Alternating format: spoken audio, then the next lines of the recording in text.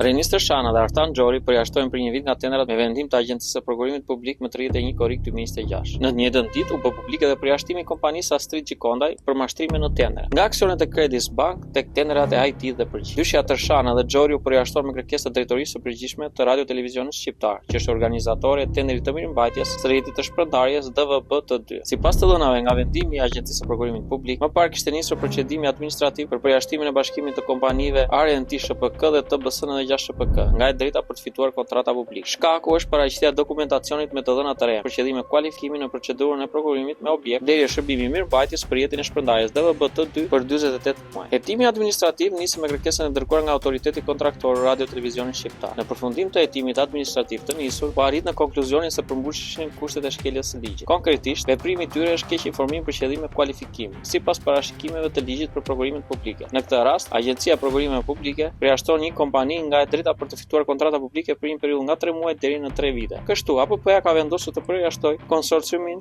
e kompanive RNT SHPK dhe TBSN dhe 6 SHPK nga e drejta për të fituar kontrata publike për një vit. Vendimi i Agjencisë së Prokurimit Publik i quan bashkim kompanish, por kompanitë e Renis Tërshanës dhe Artan Xhori, respektivisht RNT dhe TBSN dhe 6, kanë marrë pjesë të veçuara dhe kanë bërë oferta të veçanta. Dyshohet se gabim mund të jetë bërë me qëllim ngartues të vendimit për të dhënë mundësi të shfrytëzojnë në gjykatën administrative për të anuluar dënimin. Megjithatë, logjikisht bashkimi i tyre qëndron sepse Xhori dhe Tërshana janë miq dhe bashkëaksioner të Credis Bank dhe shoqëria Sikret. Pra e vërteta është se të dy kanë luajtur në skuadër në garën në fjalë. Tërshana do ta merrte tenderin me anë të KPP. Tenderi duket se ishte qepur që në fillim si një kostum për Tërshanën, por pas ardhes administratës së re në krye të Radio Televizionit Shqiptar, gjëra ndryshuan. Tenderi u anulua dhe u rishpallë. Renis Tërshana çoi çështjen në Komisionin e Prokurimit Publik. Pas shqyrtimit të këtij të fundit, u urdhërua shpallëtuese e kompanisë së Tërshanës, ndërkohë që pritej të zbatojë vendim. Radio Televizioni Shqiptar ka anuluar më 18 gusht 2025 tenderin me argumentat se Tërshana nuk ka vërtetuar që nuk ka qenë dënuar gjatë periudhës së kërkuar nga kontraktuesi, si dhe nuk ka vërtetuar që ka paguar taksa në bashkitë kooperon. Në tenderin me objekt blerje shërbimi mirëmbajtjes për rrjetin e shpërndarjes DVB-T2 për 48 muaj me fond limit rreth 907 milion lekë, PTV ose 9.1 milion euro, u shpall fitues paraprakisht biznesmeni Renis Tërshana në korrik, me vendim nga Komisioni i Prokurimit Publik. Por RTS konsideroi ofertën pavlefshme dhe anuloi procedurën me arsyetimin se nuk është paraqitur asnjë ofertë e përshtatshme. Ky vendim kundërshton urdhrin e Komisionit të Prokurimit Publik, që pak javë më parë konstatonte se skualifikimi i RNT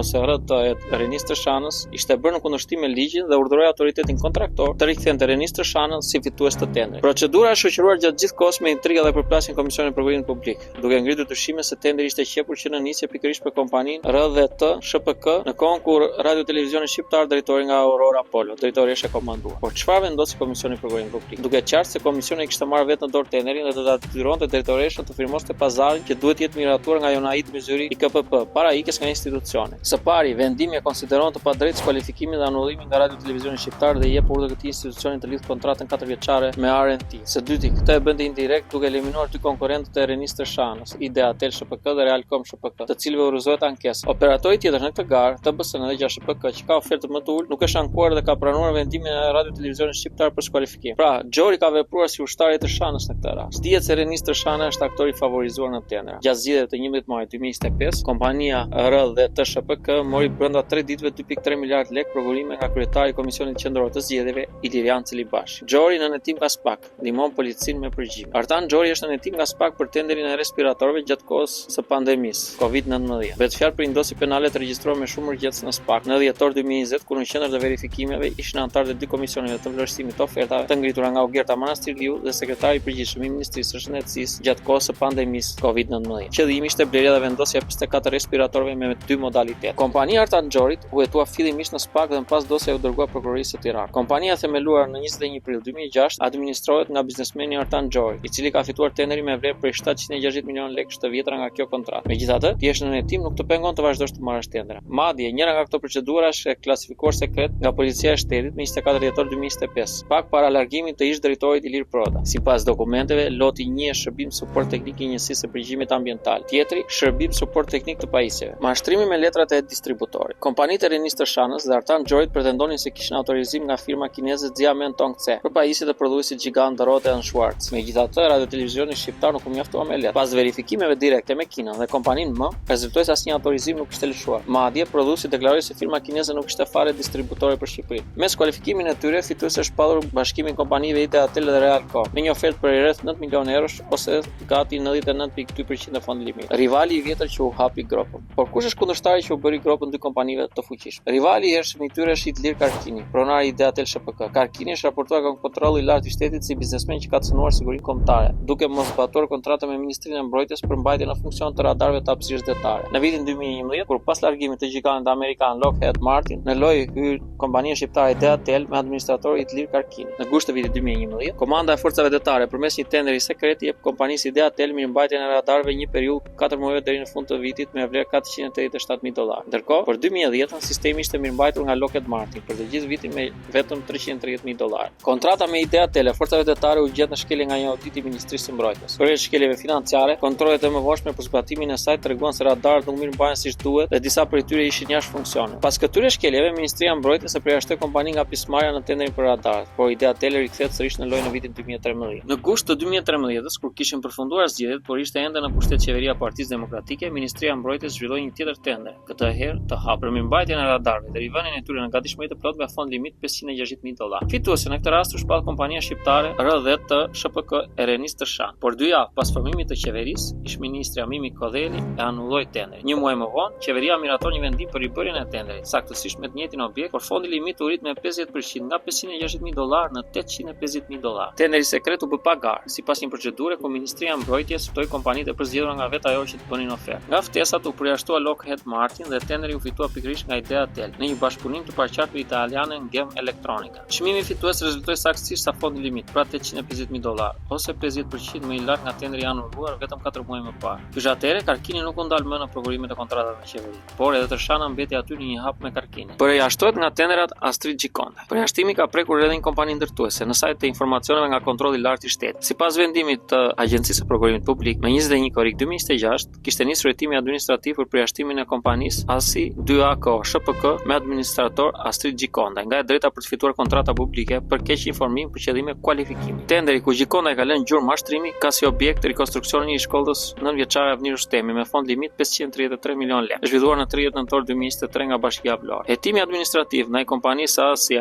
2AC ShPK ka nisur bazuar në raportin përfundimtar të dërguar nga kontrolli I lartë I shtetit më 31 dhjetor 2025. Në përfundim të procedimit administrativ të nisur, vendos që ASI 2AC ShPK të përjashtohet nga drejta për të fituar kontrata publike për një vit. Fituesi I tenderit është shpallur më 10 janar 2024, ndërsa auditimi I kontrollit të lartë të shtetit zbuloi se kompania ishte kualifikuar me të dhëna të gënjeshtra. Sipas auditit, shoqëria ASI 2AC ShPK kishte deklaruar se drejtuesi teknik, inxhinieri ndërtimi I kamion nuk janë të angazhuar në kontrata të tjera. Pamja jashtme e shkollës tregon investimet e kryera në të, ku përveç godinës punimi janë kryer edhe sa I përket sistemit të lulishteve dhe fushave sportive. Por investimi duket se nuk është kryer siç duhet. Kabut elektrik të zbuluar rrezikoi fëmijët e shkollës. Por sigurisht që ky do të ishte rezultati sepse Astrid Gjikonda I merrte lekët dhe nuk kishte kapacitet teknik. Nga verifikimi, rezultoi se personeli dhe mjetët ishte të angazhuar në kontratën me objekt rekonstruksioni I rrugëve të brendshme të njësisë administrative Oricum me vlerë 11 milionë lekë. Datë 25 korrik 2023 dhe afat zbatimi 9 muaj. Pra kontrata ishte në vazhdim, ndërsa drejtuesi dhe mjeti ishin akoma të angazhuar dhe nuk lejohen në kontrata të tjera. Deklarimi I rem nga subjekti në kundërshtim me nenin 76 të ligjit për prokurimet publike. Pra kemi deklarim të rem nga subjekti në kundërshtim me nenin 76 të ligjit për prokurimet publike. Në kushtet si më sipër, Bashkia Vlorë nuk ka vlerësuar drejt procedurën për shpalljen fitues të bashkimit ASI 2AC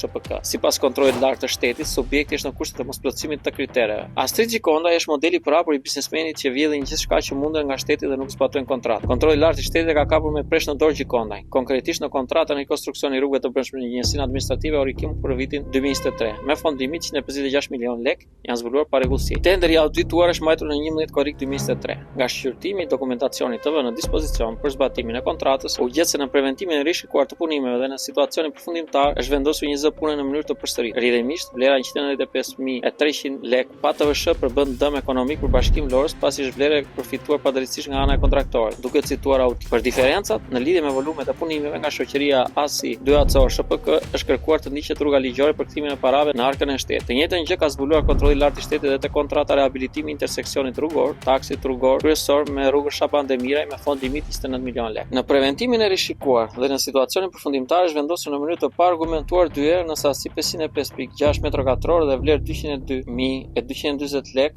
pa TVSH zëri punës Shtres Çakulli mbeturim për hapur e ngjeshur me makineri. Shtesa e paargumentuar e Shtres Çakulli në vlerën 202.000 lekë pa TVSH përbën dëm ekonomik për buxhetin e Bashkisë Vlorë. Edhe në tenderin e Bashkisë Vlorë, rekonstruksioni kopshtit nr. 10, auditimi ka nxjerrë zbuluar manipulimet e Astrid Gjikonda. Tenderi është mbajtur 25 nëntor 2024, ndërsa vlera e kontraktuar më 17 janar 2025 u fiksua 377 milionë lekë. Nga auditimi dokumentacionin në vendosin e procedurës rezultoi se shoqëria ASI 2 ACO SHPK ka bërë deklarim të re mbi forcat e mjetet. Në lidhje me vlerësimin e ofertave rezultoi se nuk është vlerësuar drejt kompania e shpallur fituese shoqëria ASI 2 ACO SHPK. Sipas grupit auditimi, ky subjekt ka mangësi në plotësimin e kritereve. Megjithatë, Agjencia e Prokurimit Publik është marrë vetëm me një gjetje të kontrollit lart shtetit, duke mos i prekur procedurat ku kompania ka marrë para me volume pune të pakryera. Duket se ky fenomen është si kutia Pandorës, që APP-ja nuk do që ta ngacmojë.